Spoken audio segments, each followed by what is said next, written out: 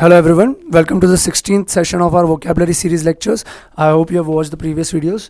We are going to start with, in this session we are going to start with chronic. So we are going to talk about time. Okay, so we saw in a previous video chronic liar. एक ऐसा liar जो बार बार झूठ बोलते रहता है. It's like almost a disease for him. Again and again he keeps on lying. So a chronic liar tells lies constantly, again and again, time and time again. Comes from the Greek word chronos. Chronos मतलब time. जब भी chronos से related कोई word आया तो time की बात हो रही है, समझ जाना. तो anachronism is the first word that we are going to learn here. तो ana मतलब is a negative prefix, इसका negative मतलब है, और chronos मतलब time. तो anachronism का मतलब है someone or something out of time. देखो negative time, out of time. तो anachronism, अगर हम 21st सेंचुरी में रह के अगर हम 16 या 18th सेंचुरी के कपड़े पहनने लग जाए तो ये anachronism हो गया, राइट. अगर मैं आज की मॉडर्न पार्टी में मैं 18th सेंचुरी के कपड़े पहन के जाऊंगा तो एनाक्रोनिज्म हो जाएगा, आउट ऑफ टाइम हो गया. वक्त जो चल रहा है वो वक्त से आउट ऑफ टाइम कुछ तो भी चीज़ आ गई, इसको बोलेंगे एनाक्रोनिज्म. ठीक है. तो जैसे अगर आज के ज़माने में हम अगर सीधा क्लाउड पे अगर हमारी चीज़ें भेजते हैं तो एनाक्रोनिज्म क्या होगा, सीडी लेके आना, सीडी या डीवीडी या फिर वो पहले वो कैसेट प्लेयर्स आते थे, वो एनाक्रोनिज्म हो जाएगा आज की तारीख में. Out of time, out of date, belonging to a different era, either earlier or later. तो साइंस फिक्शन की कोई भी स्टोरी में हमें एनाक्रोनिज्म देखने को मिलता है. ठीक है. साइंस फिक्शन की स्टोरी में आपको फ्यूचर दिखाते हैं, वो आपको फ्यूचर की चीज़ें दिखाते हैं, तो आपको बहुत सारी चीज़ें देखने को मिलती है जो एनाक्रोनिज्म होती है. ठीक है, एनाक्रोनिस्टिक होती है. सिमिलरली एक और वर्ड होता है एनाक्रोनिज्म, जैसा ही मीनिंग होता है उसका, वो है इनकॉन्ग्रुअस, लेकिन इसका मतलब होता है समथिंग आउट ऑफ प्लेस. ठीक है. एनाक्रोनिज्म होता है समथिंग आउट ऑफ टाइम और इनकॉन्ग्रुअस होता है something out of place.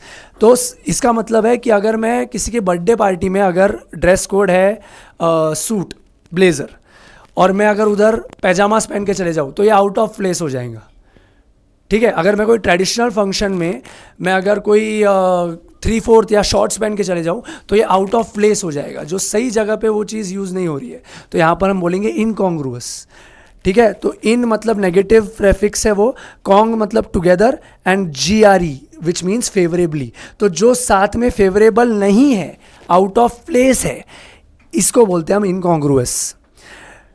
Chronological, again Kronos मतलब टाइम, तो इनकरेक्ट टाइम और ऑर्डर. जब हम क्रोनोलॉजिकल ऑर्डर में बोलते हैं तो हम सही वक्त का ध्यान रखते हैं, पुराना सबसे पहले और लेटेस्ट वाला सबसे आखिरी में, इसको बोलते हैं क्रोनोलॉजिकल. इनकरेक्ट टाइम और ऑर्डर.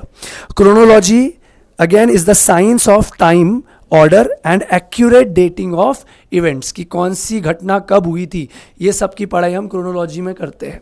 ठीक है. Time. Another word is chronometer. ठीक है. मीटर मतलब मेट्रॉन, मेट्रॉन मतलब मेजरमेंट, क्रोनोस मतलब टाइम. तो एक ऐसा हाईली एक्यूरेट डिवाइस जो टाइम मेजर करता है, a highly accurate time piece is called a chronometer. ठीक है. Another word which we can learn is from chronos, it derives from chronos, is called synchronise.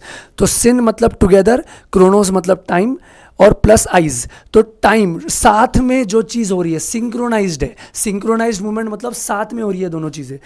Move, happen और cause to happen at the same time. The dancers were in complete synchronization. इसका मतलब dancers की जो movement थी वो एकदम sink में थी, साथ में थी, सिंक्रोनाइज्ड थी. ठीक है. Another word that we saw in the previous video was pathological liar. एक ऐसा लायर जिसका लायर बोलना ऑलमोस्ट एक बीमारी के जैसे है. तो pathological is means diseased. Pathology comes from pathos. Pathology is the science और स्टडी ऑफ डिजीज. पैथोस मतलब डिजीज. ठीक है. Pathology is the study of diseases. तो आप जब बीमारियों के बारे में पढ़ाई करते हैं कि कैसे बीमारियां ट्रांसमिट होती है, कैसे फैलती है, इसको हम बोलते हैं pathology. Pathological is a diseased condition. Pathological man is a diseased man. Pathology का एक और मीनिंग होता है एनी मॉर्बिड डिजीज्ड और abnormal physical condition can also be called a pathology. तो जब आप बीमार पड़ते हो तो आप कोई पैथोलॉजी से ग्रस्त हो, ऐसा भी हो सकता है. डिपेंड करता है क्या कॉन्टेक्स्ट में वर्ड यूज हो रहा है. ठीक है. पैथोस का एक और मीनिंग होता है जो आपको याद रखना चाहिए, वो है फीलिंग, भावना. तो पैथोस, अब इससे कोई वर्ड्स, थोड़े वर्ड्स हम डिस्कस करेंगे जो पैथोस फीलिंग को बोलते हैं. सिंपथी एक वर्ड है. सिंपथी तो comes from syn together plus feeling, तो फीलिंग टुगेदर, जब आपके साथ कोई आपके साथ बैठ के दुख या फिर आपकी खुशी शेयर करता है तो आपके साथ सिंपथाइज कर रहा है, सिंपथी है उसकी, ठीक है। तो feel for someone, when you feel for someone हम बोलते हैं सिंपथाइज कर रहे हैं आप। Another word that we know is antipathy, तो पैथोस इज फीलिंग, एंटी मतलब अगेंस्ट, तो किसी के प्रति अगर आपको हेट फील हो रही है तो आप एंटीपैथेटिक हो, you are antipathy, you are experiencing antipathy, hatred. तो देखो अगेंस्ट फीलिंग, स्ट्रॉन्ग डिसलाइक और hostility towards someone. Apathy is another word, इसका मतलब होता है इनडिफरेंस, मतलब फर्क ही नहीं पड़ रहा आपको, सामने वाला खुश है दुखी है, इससे you don't really care, you are indifferent, you don't care what happens. If he is happy, then also you don't care. If he is sad, then also you don't care. You are indifferent. Lack of any interest or emotion or response. Complete listlessness. कोई फर्क नहीं पड़ रहा है. Especially when some reaction is expected. तो आपसे कोई reaction expected है लेकिन आपको कोई फर्क ही नहीं पड़ रहा. You don't care. You don't feel anything. Apathy, against any feeling. Okay, empathy is an extreme form of sympathy. Sympathy में आप सामने वाले के साथ दुख व्यक्त करते हो, लेकिन एम्पथी में आप वो दुख शेयर करते हो, मतलब सामने वाला अगर रो रहा है तो आप भी रो रहे हो, सामने वाले को दर्द हो रहा है तो आप भी दर्द हो रहे हो। Extreme form of sympathy is empathy, comes from the root word en which means in, and pathos is feeling, तो फीलिंग के अंदर चले गए हो आप। So sensitive that you share, identify, experience feelings of another as if they are your own. Sympathy में आप अगर कोई सामने वाले को अगर सामने वाला sad है, if he is sad, तो you will sit with him, you will say okay everything will be fine. But when you are empathetic, you will start crying as if you are also experiencing that loss. You become so sensitive. Okay. Final word in this session is telepathic.